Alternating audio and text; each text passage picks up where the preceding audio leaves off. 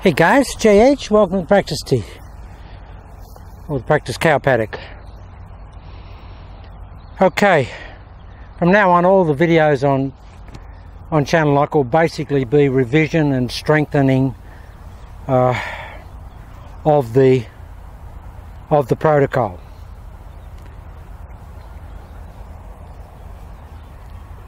Because we've got the base elements of the protocol, so all we need to do now is just strengthen those and reinforce, because you'll definitely forget on a regular basis. Okay guys, now one of the things today that I want to touch on is, now for me, the single biggest contributor to good ball striking for me and consistent ball striking is no question is the 5 o'clock nose. And again, for people not familiar with 5 o'clock nose, if we had a big clock face facing us here, 12 o'clock, 6 o'clock, 5 o'clock. And it's a big one, the 5 o'clock's over there. So our emphasis and objective should be to keep the nose pointing at 5 o'clock. And how do we do that easily? Or have a mechanism that makes it a little bit easier to do. What I said the other day, guys, I still go with, and that is that once you've gone through your protocol countdown, the last part of the protocol is to just, as your ignition move for the backswing, is to just turn that head. That's the last thought you have, is turn it and keep it. Now in conjunction with that, to turn it and keep it, how do we keep it? Now what I found I'm feeling, guys, and getting a great result from is this. On the downswing here, I'm actually feeling like my head's being thrown over there. I'm actually going, I get here and I feel like I throw my head that way. I go here, and then I actually throw my head that way as a feeling. It's what I call a head topple, like you're trying to topple your head. People say don't move your head. We're not moving it up and down, we're just moving it a little bit that way. Now a little bit sideways doesn't matter, or a little bit rearwards doesn't matter. Up or down does matter because you're changing the radius. But if you're going to just take it back here and then fire it there, and that's what I feel like. I feel like that. I feel like the head is going back there. So that'll help you to get a feeling. And with the driver it's fantastic, because with the driver, guys, huge amount of radial inertia coming down that wants to pull that trail side out, pull that shoulder, and the knock-on effect is that it wants to just spin your head. So you have to work against that. So with the longer clubs, you've got to really feel like it's that. There. I'm actually throwing the head there. Now the other thing, guys, on the backswing, okay, we want to swing in the channel, clearly. We want to swing in the channel. And when we get back here, we want the club to stay in the channel. But guys, don't fall into this situation, because it just makes it too hard. It makes the channel too severe if you do this. If in the course of, and I'll stand here, if in the course of taking the club back in the channel, you continue to turn and you get the hands in behind the forearm here, that's too severe. You want to always feel like the club head is a little bit outside, is always a little bit outside your forearm. Here, don't let it get in behind your forearm, that's what I'm saying. When you take it in here, don't continue to do that. You can have your arm in as close as you like. As a matter of fact, Mr. X right now has got his arm in here pinned, but he's not letting the club get around here, because that'll do that. And you'll lose the cup in your lead arm if you do that for a start. As soon as you do that, the cup is gone.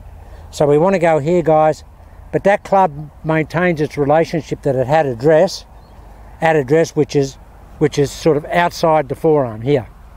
It's there, it's not in behind the forearm. Just think that in the course of the swing, it stays in that orientation. And that'll give you pressure down in the hands, but it will let the club, even though the pressure in the hands is down, it will let the club go up naturally as it needs to. We can't swing like this. Can't swing like that with the club head. The club has to gain some height in the backswing. We pressure down with the hands, and for one of the guys who's been having difficulty with the club, what I call running off and flying off in the backswing, gets to here okay, and then he gets separation, the club lifts up, gets too steep, and from there it's very hard to backplane. So guys, what I feel in my swing is that I feel heavy hands, like I've got weights on my hands. I push down, and I push down with both hands on the backswing, and that pushes down in turn on the club head. That pushes down on the club head. That keeps the club head loaded in the backswing.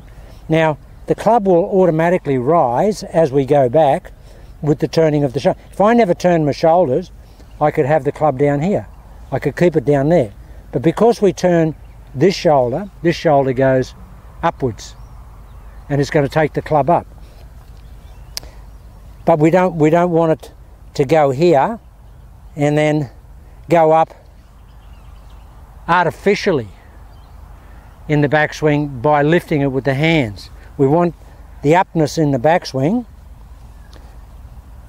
We want this upness. See, I've got pressure down there, guys, but the club is still cocking up because the shoulder is getting it up there, and the inertia of the club is getting it up there.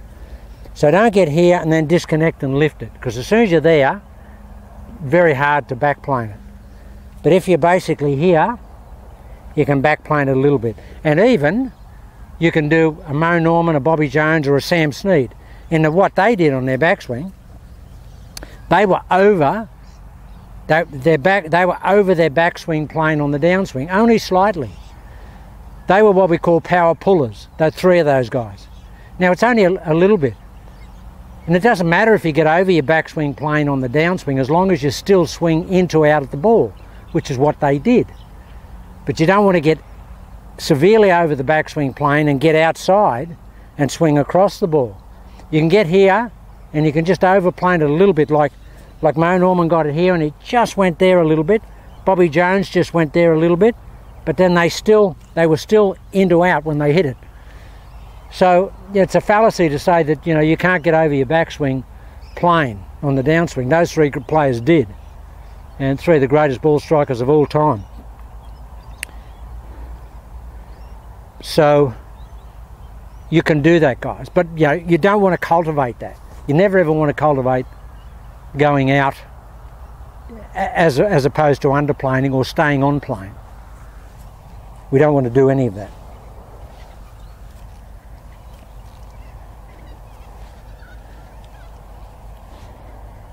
Now, as I've said many times, you can have some extension in your arms if you want to.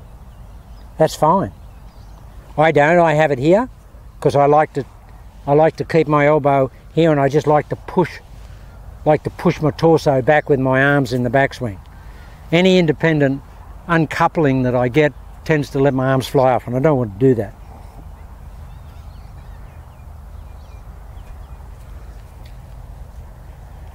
Guys, the other thing is, at address, get comfortable. Feel like you're heavy. Feel like your buttocks are heavy. The backs of your hamstrings are heavy. All that's heavy. And you're heavy into the ground.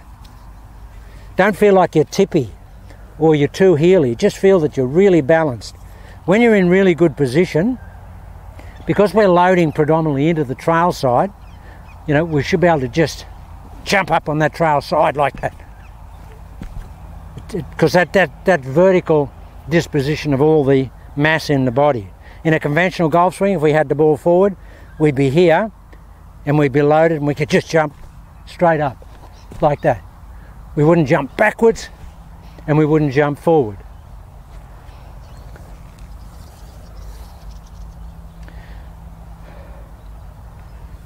Okay, now I get in here, guys, clearly. I get in here because that's where I am all the time. I don't want to have that with the driver, and I don't want to have differences with each club. I feel the same precisely with every club I hit. Now, and of course the 5 o'clock nose is so important. Throw the head that way. Here we want to feel like that. That's how I want to feel. If I get that feeling, it's really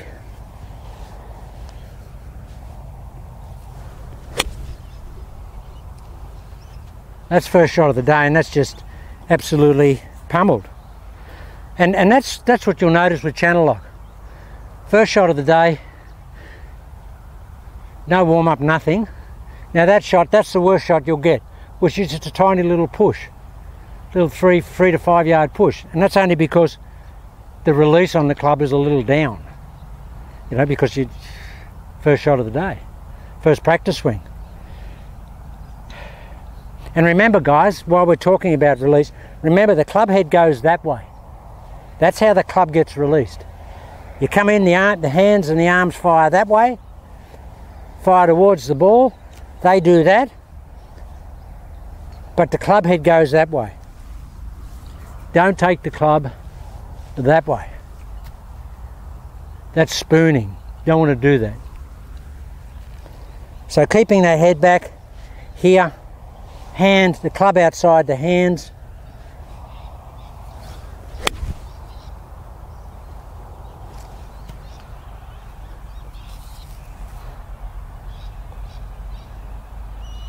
I really like channel lock from the point of view of cold swing is still a good swing.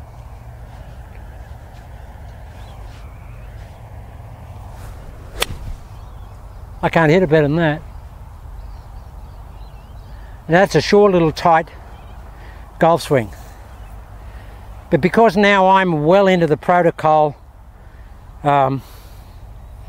acclimatization now, it's basically the protocol is just applying itself as it should.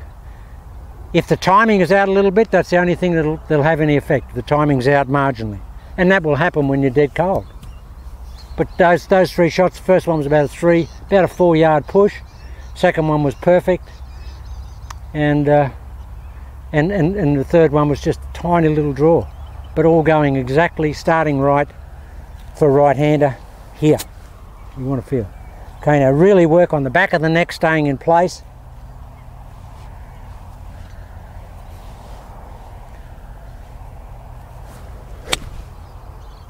That's what I want to feel. And I get a little bit of this. Get a little bit of this. The good thing about getting a little bit of this is you get a bit of that, a lot of that. That's the good thing about that.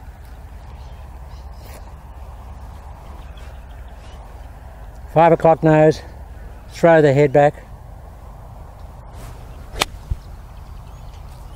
Feel like club's going away from me, guys. That's what I like, the club's going away from me.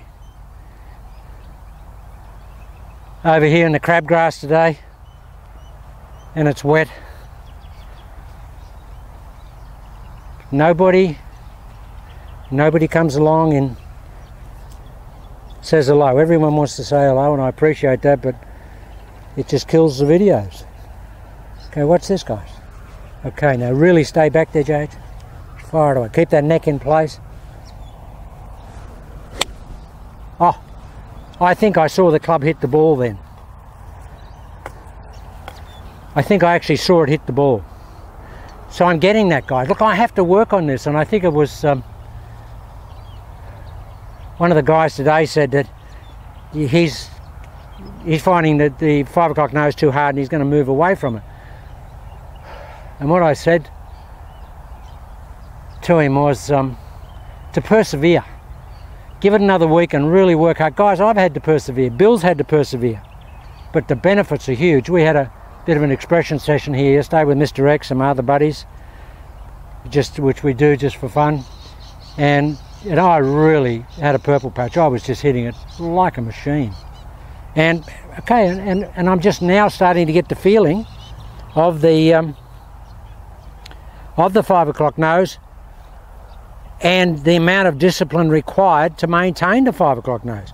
Guys, it's not easy. It's not easy.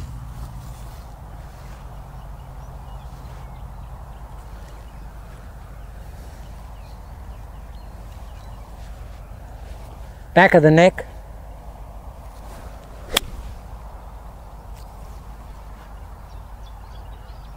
What do you feel? You feel like you're under and back, not back and out. You feel like you're under and out. That's what it feels like, an under and out shot. Now, those shots there, that last shot, I think I almost saw the ball hit then, on that shot then. It's very hard to keep your footing. As I keep saying, guys, I never practice with spikes. I always have really slick shoes because that makes me put my pressure down. But when the grass is long and wet like this, it's very hard to keep your footing. Okay, head back, back of the neck in place.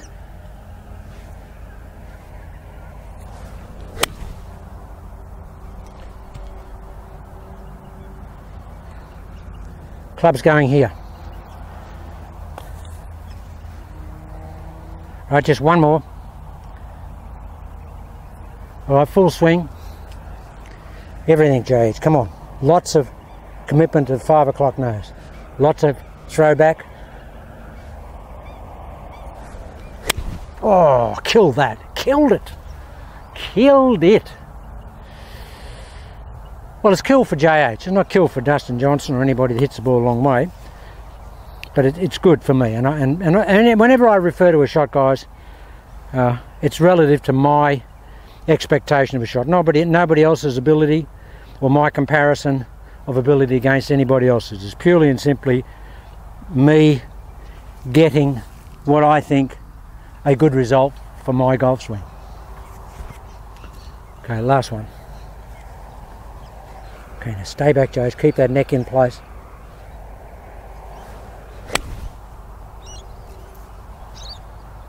Okay, guys, they're just a couple of points which I think might help you. Okay, have a look. Give us some comments.